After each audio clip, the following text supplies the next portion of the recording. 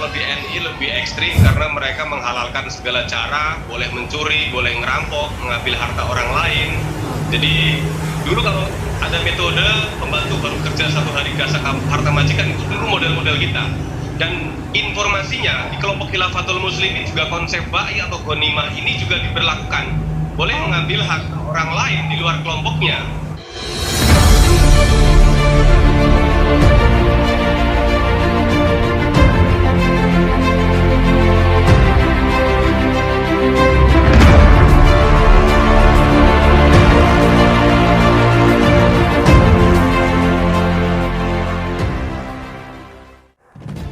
Assalamualaikum warahmatullahi wabarakatuh. Kembali berjumpa dengan saya di channel Hamzah Gantarang.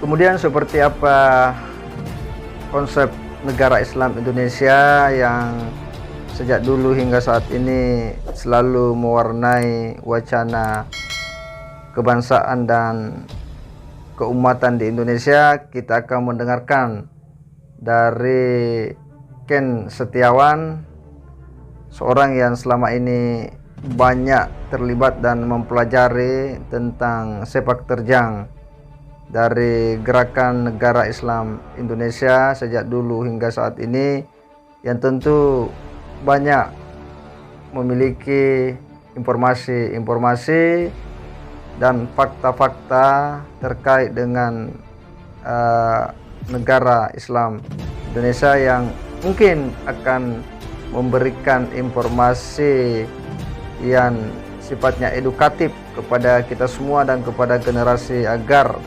hati-hati dalam bergaul dan agar menghindari dan menjauhi kelompok-kelompok yang selama ini selalu menggaungkan konsep negara Islam, negara syariah, apalagi khilafah sebagai sebuah jargon untuk memperjuangkan agama, tetapi pada intinya hendak menggugat negara dan ideologi Pancasila.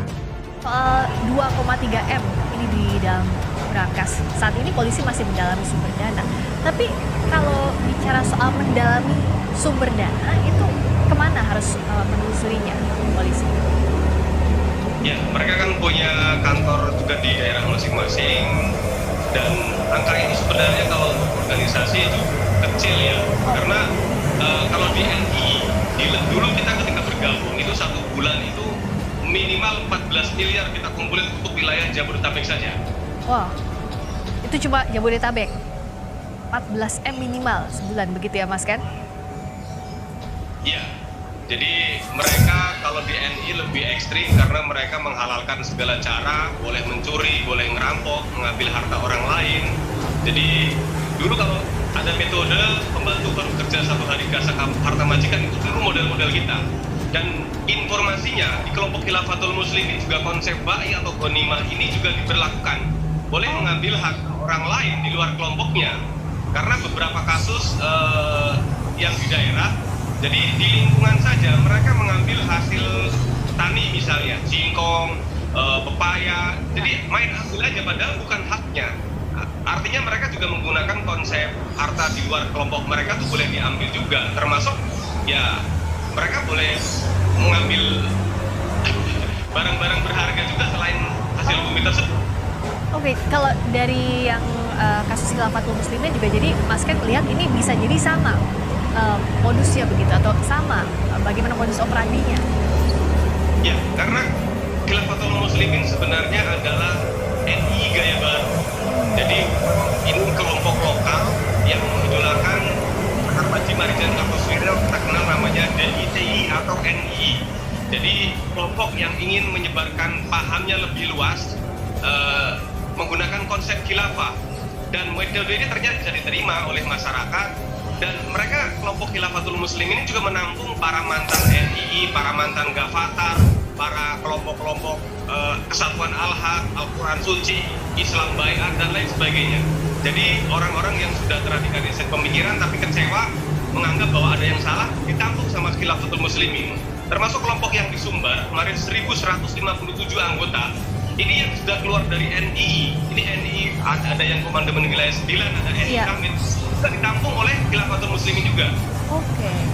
Jadi ditampung bekas organisasi-organisasi terlarang sebelumnya. Kalau begitu, berarti harusnya polisi lebih mudah dong Mas Ken untuk menelusuri di mana sumber dananya, seperti apa modus dan sebagainya. Ya, karena mereka menggunakan sistem cash ya. Jadi memang kalau untuk transaksi-transaksi menggunakan rekening mereka juga hindari. Alasannya sudah terlacak sehingga memang agak susah karena mereka kan secara organisasi mereka tidak terdaftar. Jadi ya mereka dengan eksisnya di masyarakat model usroh ya dari keluarga ke keluarga yang lain, dari masjid ke masjid yang lain. Jadi memang ya gerakannya ya masyarakat menganggap ini gerakan hanya dianggap sebagai pengajian biasa dan tidak membahayakan. Nah ini kan yang menjadi persoalan.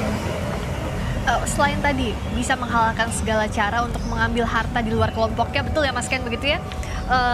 Apakah juga misalnya ada iuran tertentu dari anggota terdaftar untuk Khilafatul Muslimin ini kalau Mas Ken lihat? Ya, ada iuran bagi anggota yang sudah dibaiat atau disumpah setia, nanti ada iuran wajib dari beberapa persen dari penghasilannya nanti akan diserahkan dari usaha, dari pendidikan, dari mereka juga dari internal saja sudah menghasilkan dana yang cukup besar, apalagi dari luar. Informasi yang kita terima ada dana dari luar negeri, cuman kita belum berani sampaikan karena memang belum ada cukup bukti. Informasi awal ada pendanaan dari luar negeri. Kalau ada pendanaan dari luar, terafiliasi dengan jaringan mana Mas di luar? Ya, kelompok ini kan memang secara ideologi anti terhadap pemerintah. Jadi kelompok-kelompok ini yang kita khawatirkan ini, jadi anak-anak muda terutama yang ini kan doktrinnya perang, nggak perang akhirnya bisa ikut kelompok JI, JAD, termasuk kelompok ISIS. Ini yang kita waspadai anak-anak muda ini kan. Semangatnya kan sudah menggelora. Kita didoktrin bahwa kita kondisi perang nggak perang. Akhirnya banyak kelompok yang ini anak-anak muda bergabung kepada JAD dan faktanya memang kelompok yang Minso Wiranto di Banten ini jaringan Khilafatul Muslimin juga termasuk teroris yang di Bekasi juga menggunakan ID card Khilafatul Muslimin juga. Jadi yang tadinya hanya terradikalisasi pemikiran ini juga berpotensi untuk terradikalisasi aksi melakukan tindakan terorisme. Ini yang kita khawatirkan dari jumlahnya segitu banyak anggotanya, anak-anak muda yang sudah yakin, saya ragu kalau mereka hanya biasa, bisa melaksanakan aksi-aksi lone wolf juga mereka bahaya. Jadi bisakah dikatakan Mas Ken, kalau yang sudah terradikalisasi di sisi pemikiran, sudah pasti orientasinya pada aksi? Ya, orang yang sudah radikal memang belum tentu teroris, tapi yang teroris pasti radikal. Nah, orang yang sudah terradikalisasi kan sudah punya dasar yang kuat, sudah punya modal, tinggal nanti ada kesempatan. Nah ini yang mereka perlu diperhatikan, karena orang-orang ini kan secara ideologi sudah jelas, anti terhadap pemerintah, anti terhadap aparat. Jadi kemungkinan sekali mereka bisa melakukan aksi lone wolf. Kalau jaringan terorisme, saya yakin sudah dimonitor oleh Densus 88. Ya. Tapi kan Khilafatul Muslimin hanya dianggap bahayanya baru di suatu pemikiran. Tapi jangan salah, ini sudah menjadi modal awal. Jadi orang yang sudah terradikalisasi pemikiran ini sangat berpotensi untuk melakukan tindakan terorisme. Nah, kalau dana yang tadi itu apakah bisa berpotensi untuk digunakan aksi Mas Ken tadi? Sangat mungkin, karena mereka dengan segala keterbatasan, mereka sebelumnya juga pimpinan Khilafatul Muslimin yang di Bandar Lampung pernah yang ditahan karena kasus bom ikan. Jadi meledaknya di dekat Polsek. Nah ini kan hal kecil, kalau bom ikan hari ini misalnya meledak di Polres atau di Polda, ini kan juga akan mengalihkan semua perhatian menjadi kasus terorisme yang sangat luar biasa.